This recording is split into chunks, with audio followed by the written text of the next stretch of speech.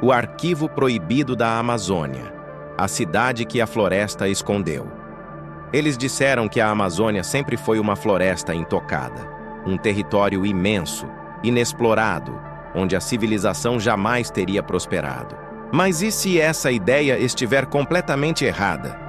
E se muito antes dos europeus chegarem ao Brasil, existissem cidades inteiras escondidas sob as árvores, cidades planejadas, conectadas por estradas e canais, onde milhões de pessoas viveram e desapareceram sem deixar rastros? Nos últimos anos, arqueólogos encontraram evidências que estão reescrevendo tudo o que acreditávamos saber sobre a floresta amazônica.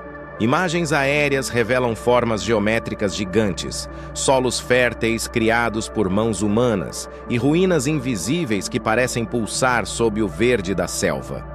O que antes era considerado mito, agora é uma verdade científica que desafia séculos de história. Mas essas descobertas também levantam uma pergunta perturbadora. Quem foram as civilizações que criaram a Amazônia? E o que aconteceu com elas? Por que o registro de sua existência foi apagado? E o que exatamente os pesquisadores encontraram quando voltaram a percorrer os rios esquecidos do norte? Hoje você vai conhecer um dos capítulos mais misteriosos e ocultos da história do nosso país. Um arquivo que deveria ter sido silenciado, mas que a própria floresta decidiu revelar. Então, antes de começarmos, se inscreva no canal, ative o sino das notificações e fique até o final, porque esta é uma das histórias mais enigmáticas já contadas aqui. Uma história sobre o que se perdeu e o que a floresta ainda guarda. Em algum lugar entre o lento dobrar das águas do grande rio e o verde imenso que cobre tudo, existe uma marca esquecida. Ninguém a registrou em atlas, quase nenhuma carta náutica a incluiu. E ainda assim, ela se estendeu por quilômetros, formada por plataformas de terra escura, canais retorcidos e clareiras que retinham o brilho da civilização. Essa marca era a grande cidade da floresta, e por muito tempo foi silenciosa. Quando os exploradores europeus desembarcaram no Brasil, em 1500, imaginaram encontrar um território virgem, intocado, mas não sabiam que pisavam sobre traços de uma arquitetura viva e espalhada. Por séculos, a visão dominante permitiu que se acreditasse que a natureza reinava absoluta, que a floresta era essa selva impenetrável que sempre pedira para não ser perturbada. Foi uma falha de percepção profunda, porque o que parecia selvagem era, em muitos trechos, urbanidade disfarçada. A Amazônia que conhecemos hoje, vasta, densa, aparentemente inabitada em grandes trechos, é apenas uma camada, uma parte visível de algo que foi construído, moldado, manejado, arquitetado. A chamada cidade que a floresta escondeu não se ergueu em pedra como as muralhas da Europa ou os templos dos maias. A cidade aqui era de terra preta, de canais, de árvores escolhidas, de solos preparados, de lagoas calibradas para irrigação e piscicultura. Era uma sociedade com planejamento, com lógica urbana, mas adaptada à água, ao calor, à floresta. Era, em verdade, uma metrópole em harmonia com a natureza. No início da década passada, pesquisadores mapeando áreas remotas da bacia amazônica fizeram o que eu chamarei de o clique invisível. Ao sobrevoarem com lidar, verificaram que sob as copas verdes existiam retículas, placas, vias retas de terra. Não eram derivadas de estradas madeireiras, eram antigas, traços de assentamentos que escaparam ao olhar colonial, às fotografias aéreas antigas, aos visitantes que se distraíam com o silêncio da selva. A floresta não apagou tudo. Apenas cobriu os indícios com raízes, lianas, troncos. E o verde tornou a obra invisível. Até que a tecnologia permitiu ver o que os pés sozinhos não percebem. A narrativa muda quando percebemos que a chamada Terra Preta, o solo escuro, altamente fértil, encontrado em manchas na Amazônia, não é acaso. Não é resultado de cinzas vulcânicas, nem depósito de matéria vegetal natural. É obra humana. séculos de compostagem, adubação com resíduos orgânicos e carvão vegetal, deposição de restos de fogueiras e alimentos, diversas gerações trabalhando o solo. Onde se encontra a terra preta, encontram-se vestígios de habitação intensiva. Ali, as plantas cresceram melhor e as cidades prosperaram. A floresta que chamamos de virgem foi, em parte, cultivada. E esses solos falam. Dentro desses locais, plataformas elevadas de terra, cercadas por canais, com árvores valiosas plantadas em ordem ao redor, se erguiam comunidades com dezenas de milhares de pessoas. Aldeias interligadas por estradas elevadas costeadas por árvores frutíferas, canais que regulavam enchentes, lagos de criação de peixes, terrenos dedicados à agricultura de mandioca, milho, castanha, açaí, pupunha, homens, mulheres, crianças, pescadores, agricultores, não meros nômades, mas construtores de paisagens que duraram.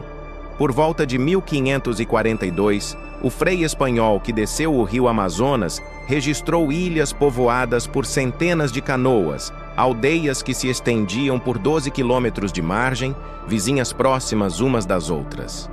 Quando nos viram, vieram sobre 200 pirogas, relatou. Era a visão de um mundo muito diferente do que os europeus imaginavam ao navegar aquele rio vasto. Os manuscritos se chocaram com a lógica colonial. Como imaginar que aquela floresta fechada já se ocupava massivamente? A resposta, muitos se recusaram a imaginar. Com o passar dos séculos, a chamada selva impenetrável foi, aos poucos, vista como vazia. Os exploradores do século XIX percorreram rios e igarapés e encontraram extensões quase que desabitadas. O mapa colonial já havia feito sua aposta. A Amazônia era terra de potencial, não de povoamento denso, e os naturalistas que vieram a seguir registraram o eco. A realidade fora modificada por epidemias, escravização, guerra, fuga de povos tradicionais para locais mais profundos. Em poucos séculos, aldeias vibrantes sumiram. A floresta recuperou o espaço, e os mapas da novidade registraram Mata Virgem. Mas a arqueologia moderna está corrigindo essa falha e mostrando que a Amazônia antiga continha civilizações complexas, estruturadas, urbanas. O que se considerava impossível, cidades de mais de 10 mil pessoas em plena floresta tropical, está sendo documentado. E o que nos era vendido como uma paisagem intacta e isolada, em verdade, é paisagem arquitetada. A floresta que vemos hoje é resultado de milênios de manejo humano. As palmeiras de açaí foram selecionadas. As castanheiras foram plantadas. Muitos traços de urbanismo foram desenhados na terra escura. Imagine uma grande clareira de terra preta, com uma praça circular no centro. Ao redor, casas comunais em torno de um pátio, paliçadas de madeira, estradas elevadas conectando talhes de cidade a cidade, valas de irrigação que formam espinha dorsal de assentamentos, canais superficiais que liberam o excesso de água na cheia. Em noites de sol, as margens dessa clareira reverberavam com vozes de convescência, com passos de crianças indo em direção ao igarapé, com o som de redes sendo arriadas. Em outras noites, sob o céu pesado de estrelas tropicais, um ritual coletivo iluminava o centro e as tochas refletiam nos lagos. E então veio o silêncio, o apocalipse lento, doenças nunca vistas, arrastadas pelos europeus. Violência, confinamento, fuga, morte. Povoados inteiros vazaram e foram engolidos pela floresta que conheciam e manejavam. A lápide silenciosa ficou coberta por horizonte verde. Os naturalistas chegaram tarde demais para ver as ruas. Tudo o que encontraram foram troncos apodrecidos, solos soltos, canais obstruídos, e os mapas permaneceram brancos. Hoje, a equipe de arqueólogos, num sobrevoo em meio aos Andes verdes e depois no coração do Brasil profundo, acionou o lidar e revelou o que parecia apenas terra indistinta. Figuras geométricas graves, círculos de terra que excedem 100 metros de diâmetro, linhas retas que atravessam a floresta, valas que formam grelhas, espirais que lembram símbolos rituais. Não são alienígenas, não são civilizações perdidas da Atlântida. São o legado humano que o mundo subestimou. No Vale do Rio Upano, no Equador, as imagens revelaram dezenas de assentamentos unidos por estradas de terra sobrepostas à floresta.